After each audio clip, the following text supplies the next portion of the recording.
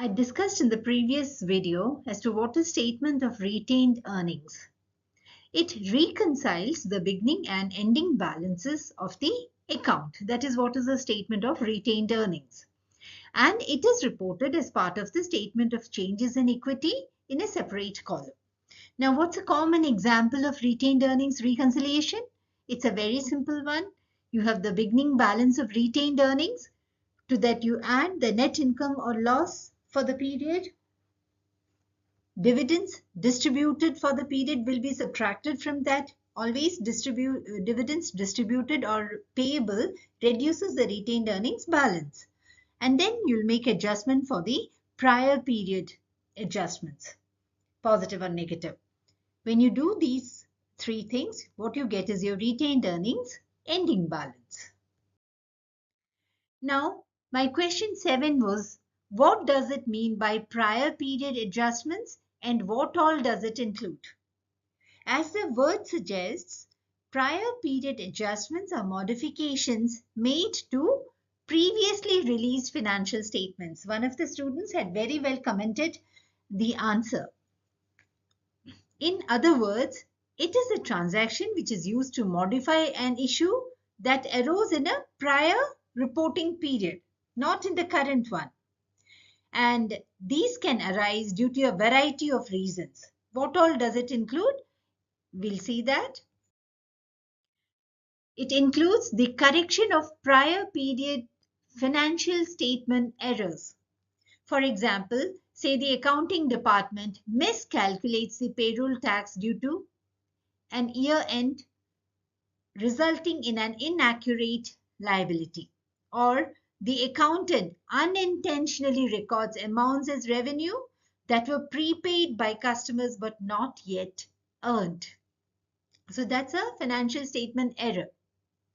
Next comes, it includes cumulative effect of changes in accounting principles. For example, maybe a company is following a particular method of valuing inventory, ending inventory. If there is a change in that, that will be a change in the accounting principle. Then changes in the reporting entity, for example, because of business combinations. All these three require this prior period adjustments. Now, the above two adjustments, they must not be included in the calculation of current period net income. And these three require retrospective application. Now, what does it mean by retrospective application?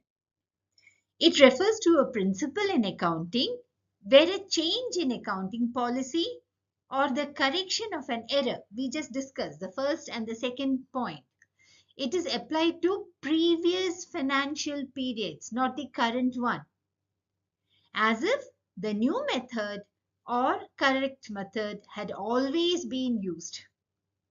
Now, how do you make adjustments? These items require adjustment of the carrying amounts of assets, liabilities, and the retained earnings at the beginning of the first period reported for the cumulative effect of the new principle or the error on the prior periods. So as far as changes in the accounting principle is concerned, or if there are financial statement errors, they have to be corrected in the retrospective way, even the changes in the reporting entity.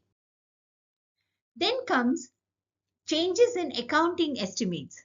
For example, there is a change in the percentage of credit sales for estimating bad debt expense, or changes in the percentage of depreciation, etc. These require prospective application.